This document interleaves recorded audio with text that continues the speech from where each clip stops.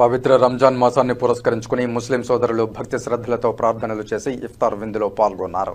మిత్రులారా, పవిత్ర రంజాన్ 23వ రోజా అంటే 23వ ఉపవాసం ఈరోజు తిరుపతి ఆధ్యాత్మిక నగరమైనటువంటి తిరుపతిలో ప్రపంచంలో ఎక్కడ లేని సామరస్యం తిరుపతిలో ఉంది.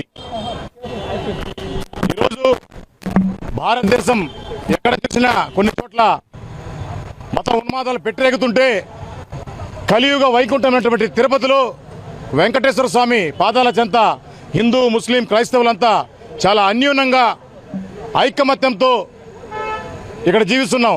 అందులో భాగంగానే ఏ పండుగ వచ్చినా, దీపావళి వచ్చినా, రంజాన్ వచ్చినా, బక్రీద్ వచ్చినా, క్రిస్మస్ వచ్చినా అందరం కలిసి జరుపుకుంటాం ఇక్కడ. అందులో భాగంగానే ఈరోజు 23వ ఉపవాసం రోజు హిందూ ముస్లిం క్రిస్టియన్ సోదరులు అందరూ కలిసి పార్టీలకు అతీతంగా, కులాలకు అతీతంగా, మతాలకు అతీతంగా ఈరోజు ఇఫ్తార్ విందు కార్యక్రమం చేయడం జరుగుతుంది.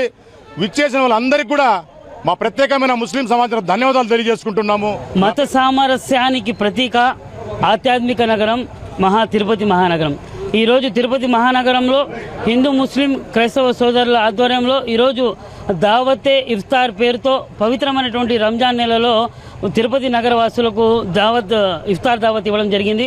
ఎంతో ఆహ్లాదకరమైనటువంటి వాతావరణంలో సోదరభావంతో మానవీయ విలువలతో అందరూ కూడా ఒక కుటుంబ సభ్యుల్లాగా ఈరోజు ఇక్కడ గడపడం జరిగింది.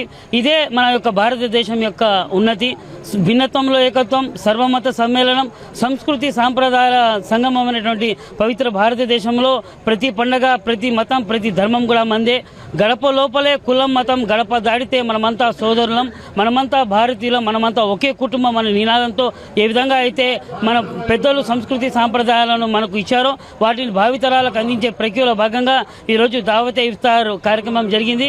ఈ సందర్భంగా నేను ఒకటే చెప్పదలుచుకున్నా, ఈ సృష్టి ఉన్నంత వరకు స్వతంత్ర భారతదేశంలో హిందూ ముస్లిం సోదరులు సూర్యచంద్రులాగా వెలుగుతూనే ఉంటారు. ఇక్కడ ఐకమత్యమే మా బలం, మానవత్వమే మా మతంగా మేము బ్రతుకుతాం. మేమందరూ కూడా ఒకే ఒక కుటుంబంగా కలిసిమెలిసి ఉంటూ చేతులు కలిపి అభివృద్ధి వైపు అడుగులు వేసి ఈ దేశం యొక్క కీర్తి ప్రతిష్టలను ఇమ్మడింపడం కోసం అభివృద్ధి వైపు మేమందరూ కూడా కలిసి ప్రయాణం చేస్తామని ఈ సందర్భంగా పవిత్రమైనటువంటి రంజాన్ మాసంలో అల్లాహ్ సుబ్హానహు వ తఆలా ప్రతి ఒక్కరికి కూడా ఆయు ఆరోగ్య ఐశ్వర్యాలు ప్రసాదించాలని, ఆయన శాంతి కరుణ సకల శుభాలు మనందరి మీద కురవాలని ప్రార్థన చేయడం జరిగింది. అస్సలాము అలైకుం. పవిత్రమైన శుభ రంజాన్ మాసంలో చేసినటువంటి పాపాలు కూడా హరించబడతాయి.